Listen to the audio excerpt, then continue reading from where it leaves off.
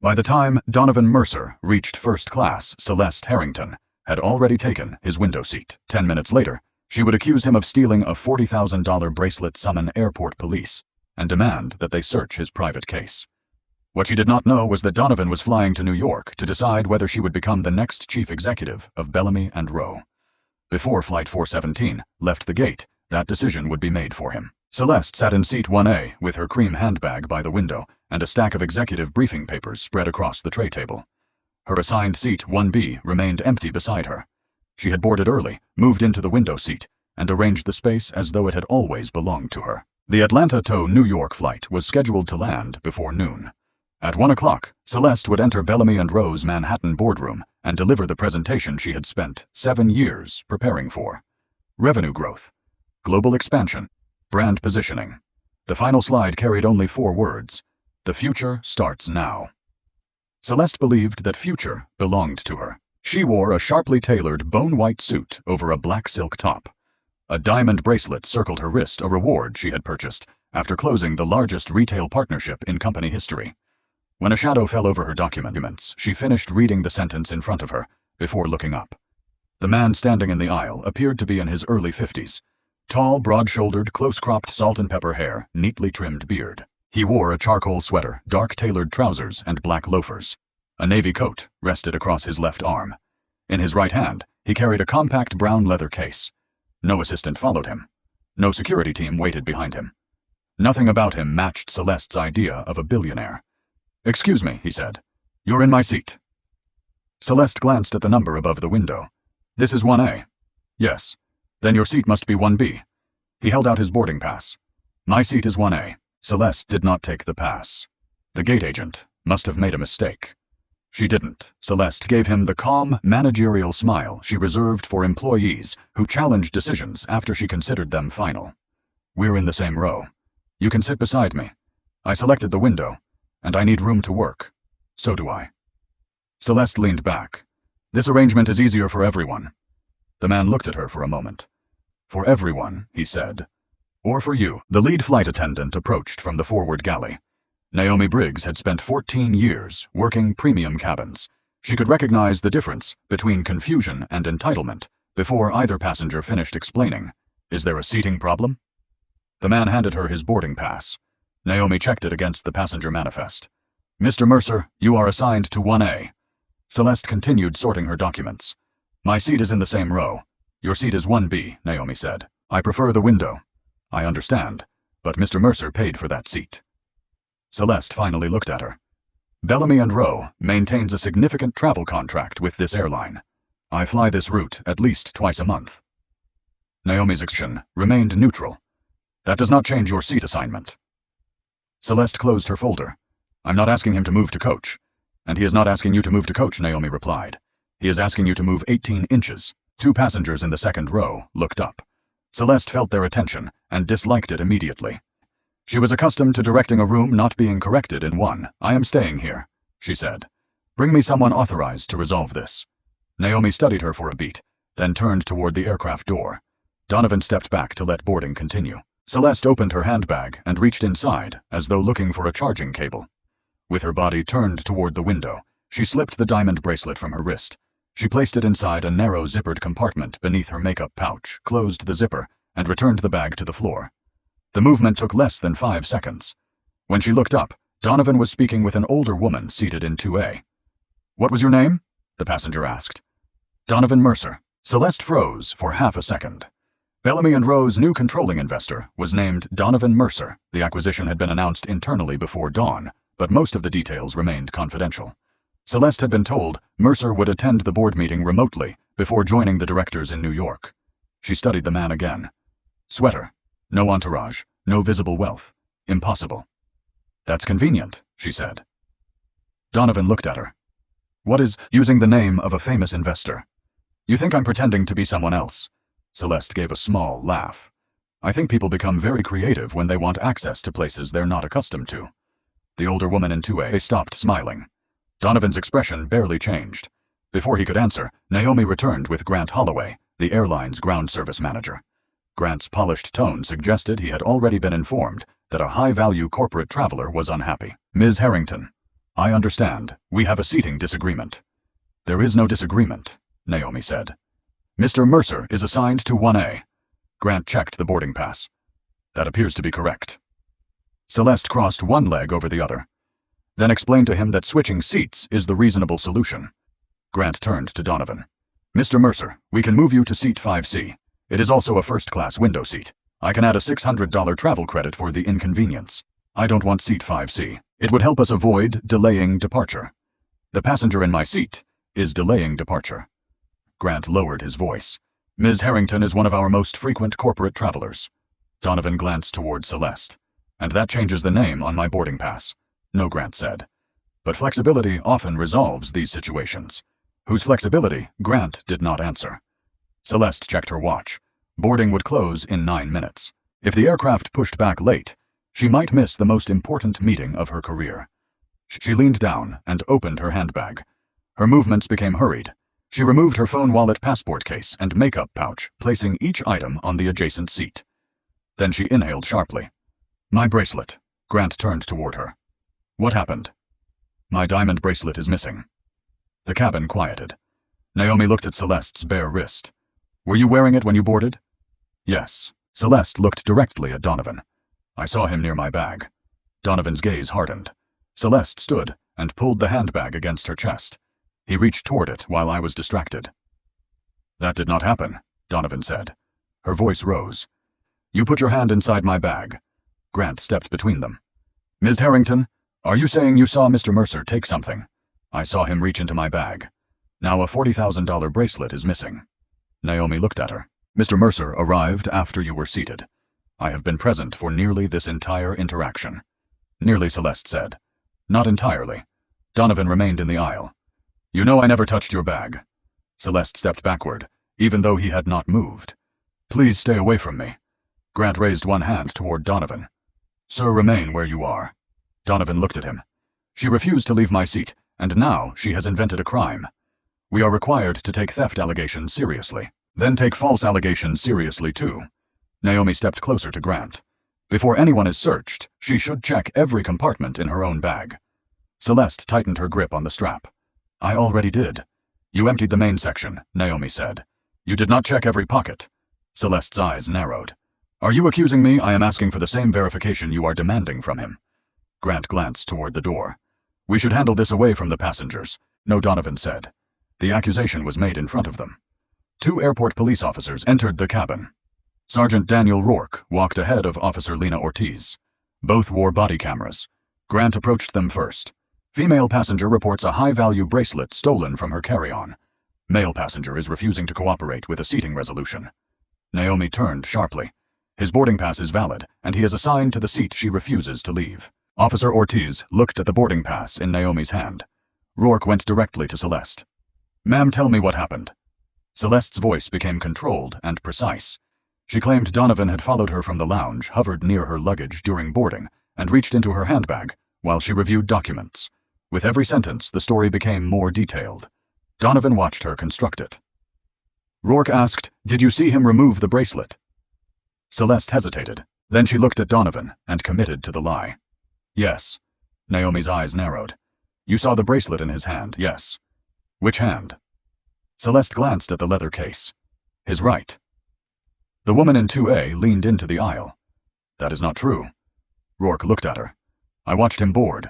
He carried that case in his right hand the entire time. Celeste turned toward the woman.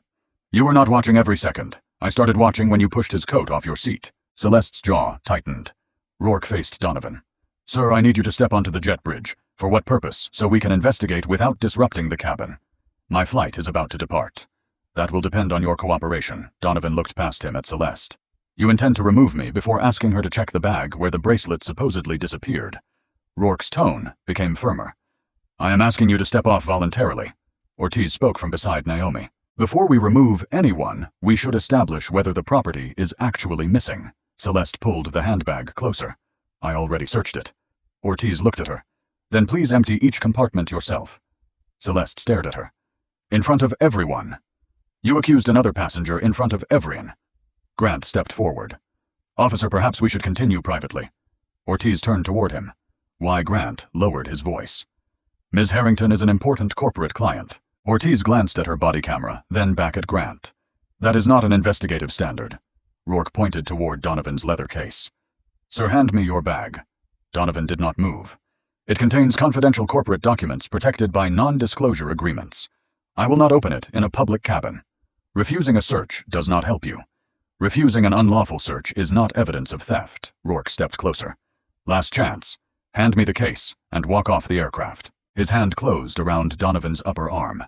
For the first time, Donovan's composure shifted. Not enough for anyone else to see, but enough for him to feel it.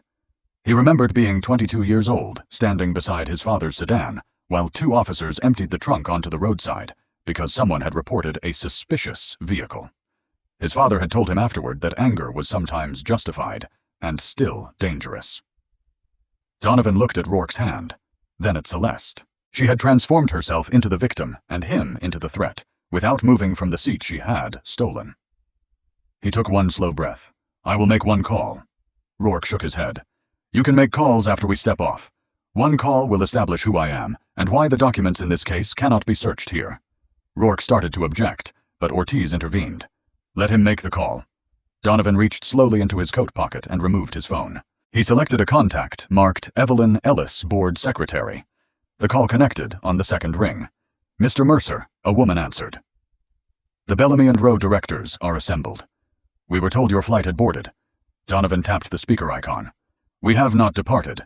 Is there a problem? There is a dispute involving Celeste Harrington. Celeste's face changed. The voice continued.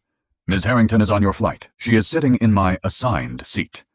When I asked her to move, she accused me of stealing a diamond bracelet. Airport police are now preparing to remove me and search confidential acquisition documents. Silence filled the first 3 rows. Evelyn spoke carefully. Would you like me to place the directors on the call? Celeste stood abruptly. This proves nothing. Anyone can stage a phone call. Grant looked from the phone to Donovan. Mr. Mercer. Which Mercer? Donovan's eyes remained on Celeste. The Mercer, whose firm acquired controlling ownership of Bellamy and Rowe at 6 o'clock this morning. Celeste shook her head. No. You have spent this morning referring to Bellamy and Rowe as your company. Donovan said.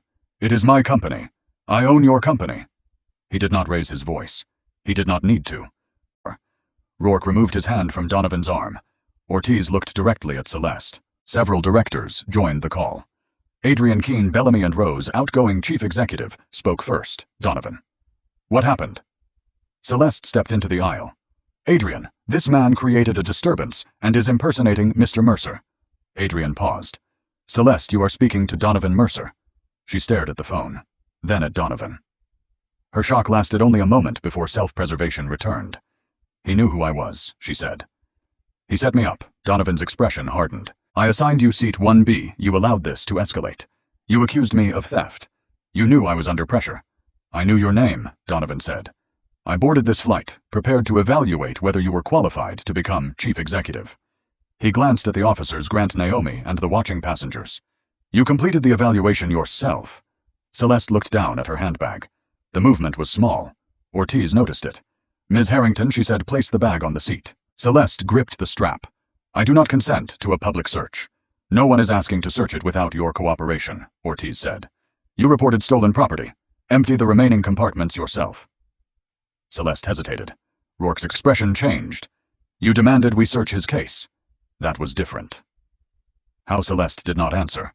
Naomi pointed toward the interior of the bag. You checked the main compartment. What about the narrow zippered pocket? Celeste's hand tightened. The cabin noticed. Ortiz, put on gloves.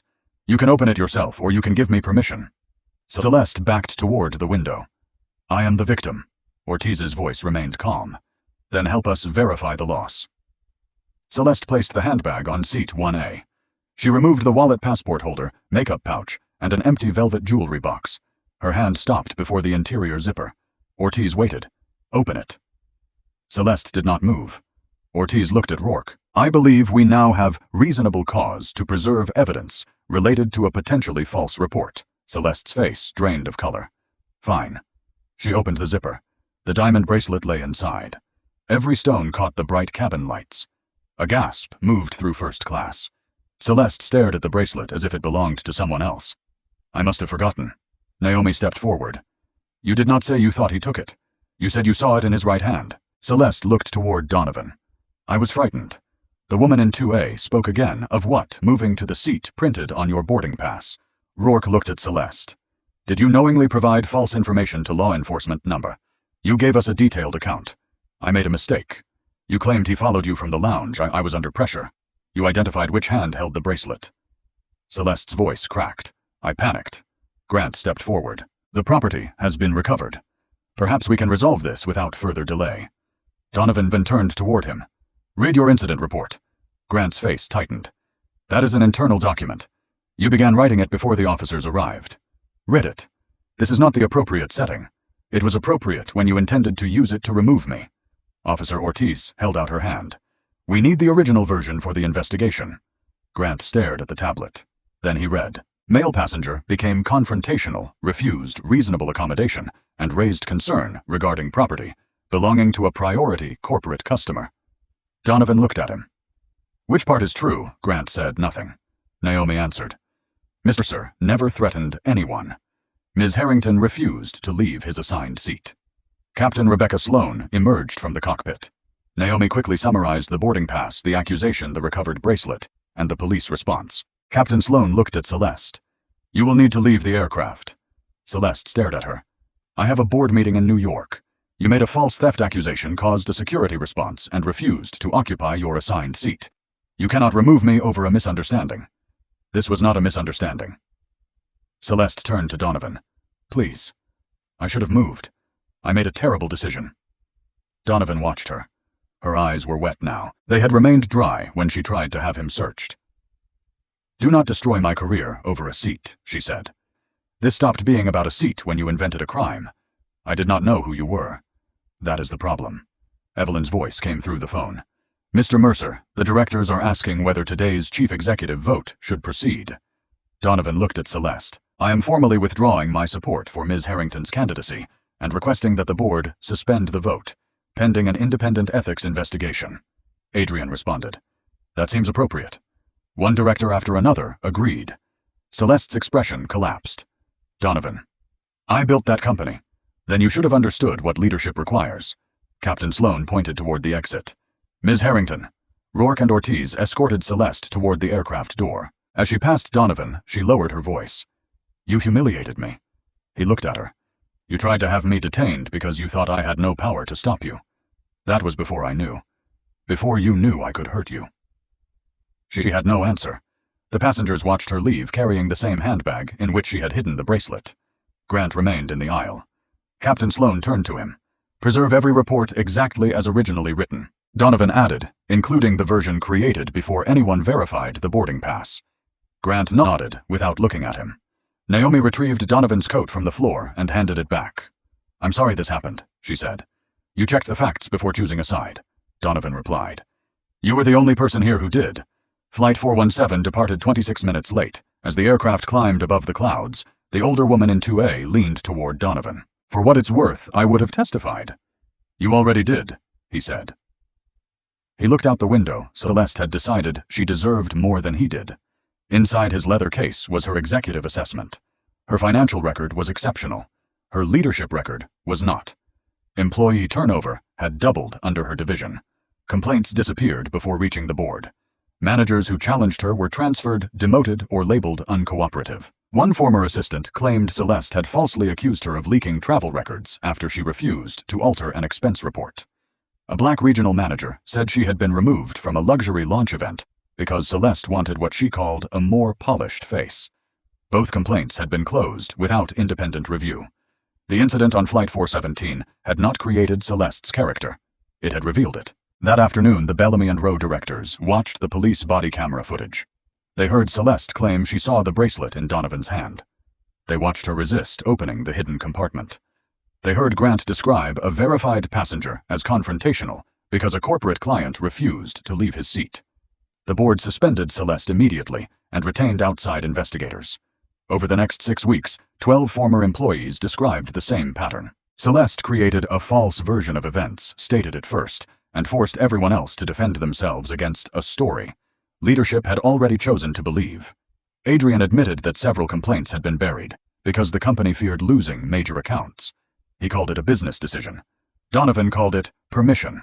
Celeste was terminated for dishonesty, retaliation, and abuse of authority. Adrian resigned. Grant lost his position after investigators discovered he had attempted to rewrite his incident report once Donovan's identity became known. Naomi was promoted and asked to help develop new training on passenger rights evidence verification and corporate client bias. 3 months later, Donovan returned to Manhattan for the appointment of Bellamy & Rowe's new chief executive, Marisol Bennett, the former operations director who had once risked her job by challenging. Celeste stood beside the empty chair at the center of the boardroom. The vote was unanimous. Before Marisol sat down, Donovan addressed the directors and employees gathered around the table. "Power reveals people when they believe no one powerful is watching," he said. "But an ethical company, it cannot depend on a billionaire being present. The system must protect the employee without the title, the passenger without the contract, and the person no one expects to matter." Celeste had believed a first-class seat was too small an entitlement for anyone to resist. When Donovan refused to surrender it, she chose to turn him into a criminal rather than admit she was wrong. Her career did not end because she stole a seat. It ended because she believed truth belonged to whoever had the most status and never imagined the man she lied about held more power than she did.